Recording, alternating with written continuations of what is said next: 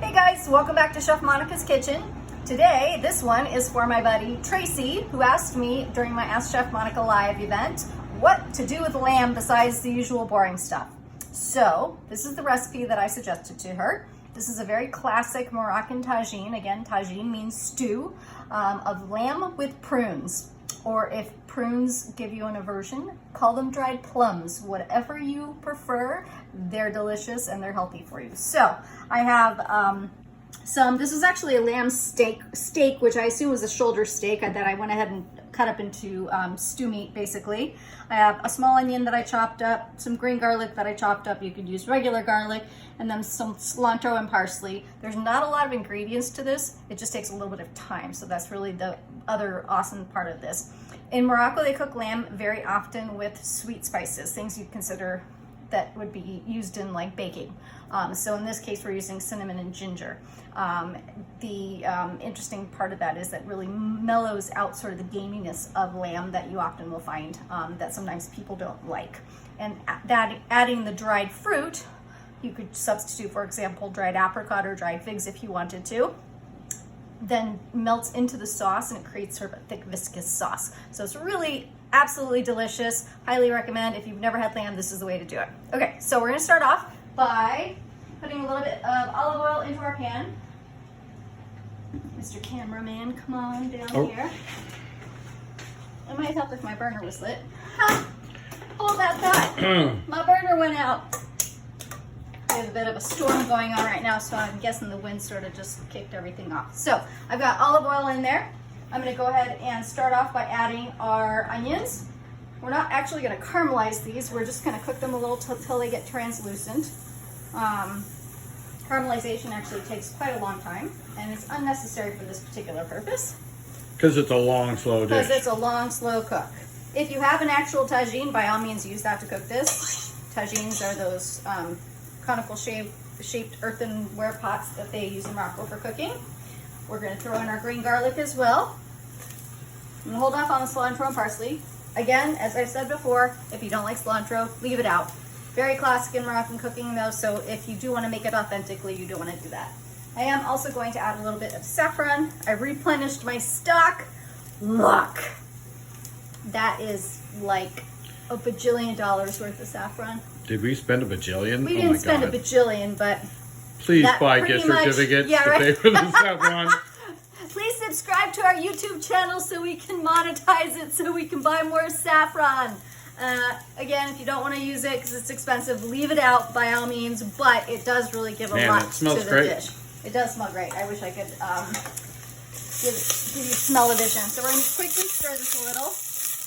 Then I'm going to add in the lamb just to start browning it a little bit.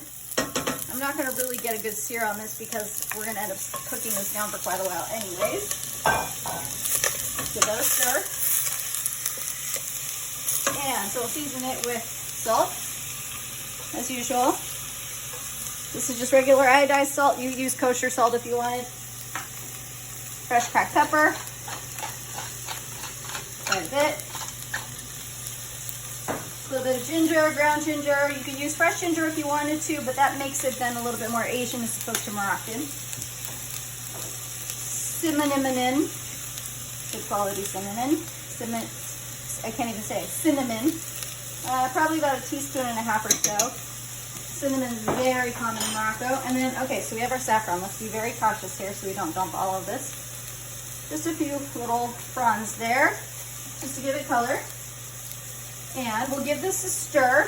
One of the things you'll notice that I do fairly frequently is I add the spices in before I add liquid. That's super important. You want to actually toast your spices so that you can draw out the maximum flavor of the spices. That heat just sort of brings out all the oils and activates them. And instantaneously, with just that in the pan, I'm immediately transported to Morocco in terms of like the smell. Don't know what it is, it's just lovely. I mean, I know what it is. It's the sensory, I can't even think of it. You get what I'm saying. This time I'm not going to forget that taste is the fifth sense. So we're going to add a little bit of stock here. You may need to periodically add a little bit more stock so that it doesn't run completely down, and so that there's enough in there for this to braise a little. I'm gonna scrape up some of those brown bits off the bottom of the pan so we have all that flavor in there. There's not a whole bunch of it, but I wanna make sure that all that's scraped up in there. And now we'll go ahead and add in our cilantro and parsley that I chopped up. Again, Italian parsley, the flat leaf stuff, and not the curly stuff. We got that from Coneflower Farm again. Thank you, Coneflower, for planting right now and supplying us with yummy, delicious food. And then we'll bring this to a boil, cover it, reduce it to a simmer, and let this go for about an hour or so. When you're cooking beef or lamb, it does take about an hour to an hour and a half in order to make sure that you tenderize the meat completely. If you're doing chicken, it takes about 45 minutes. And if you're doing vegetarian, usually it's only about 20 minutes. That's just a good guideline for when you're stewing something. I'll check back with you shortly. So the tagine has been cooking for quite a long time, and you can see it's cooked down quite a bit. It smells like absolute lamb heaven. I don't know what that is, but lamb heaven's a real thing. So I got the pitted prunes here. Make sure they are pitted. And then we're gonna throw some of those in here. Probably about half a cup or so. Maybe a couple more here. And then we're gonna stir that in. And I'm gonna add a tiny bit of honey just to kind of balance out the sweet with the savory.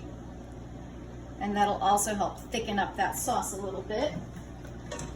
Stir that together, put the lid back on, and let that cook for another 10 or so minutes. And at that point, I will plate it up and show you what it looks like when it's done. And now it is time to eat. So I went ahead and made some rice, just some saffron rice. You can see the little strips of saffron in there, just to serve this along with. And you used the spices of the same dish. I did. I used some ginger, cinnamon, and saffron. So we're just going to put a little bit of that down here. And I'll show you how to serve this up. Got the tagine. So you can see all that's cooked down. Our lamb is nice and tender. The prunes are starting to sort of melt in there. I can really smell that cinnamon and ginger. It's absolutely lovely. This is basically enough for maybe 2 people or 1 Jeff.